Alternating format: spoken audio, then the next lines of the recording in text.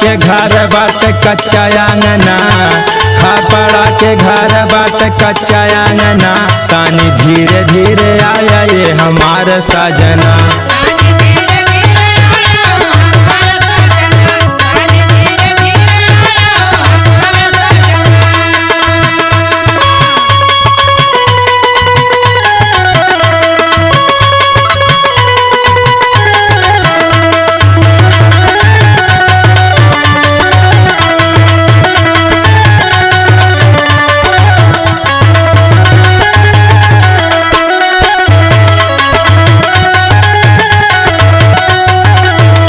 सोरह सिंगार हम लागत बाटे फीका,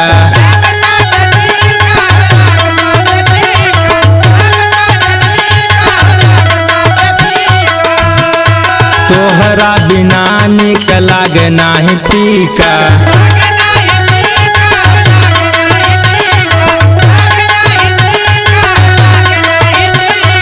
पिया पिया तोहों के बोलावे कंगना, पिया पिया तोहों के बोलावे कंगना, तानी धीरे धीरे आया ये हमार सजना।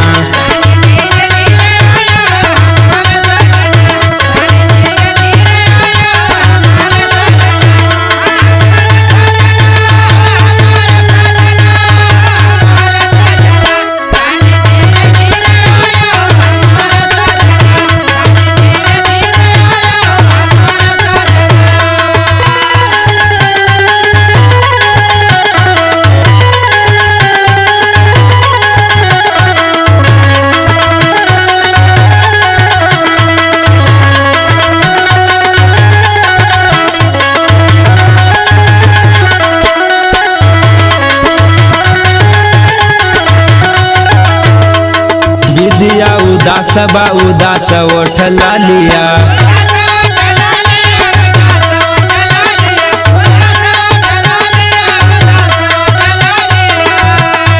राहिया निहार राजा कानावा के बलिया।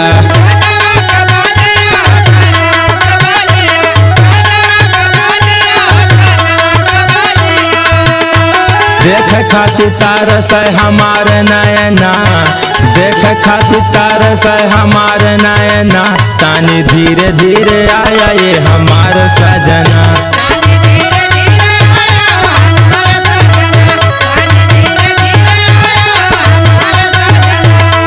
खपड़ा के घर बाट कच्चा आंगना, खपड़ा के घर बाट कच्चा आंगना, तानी धीरे धीरे आया ये हमार सजना।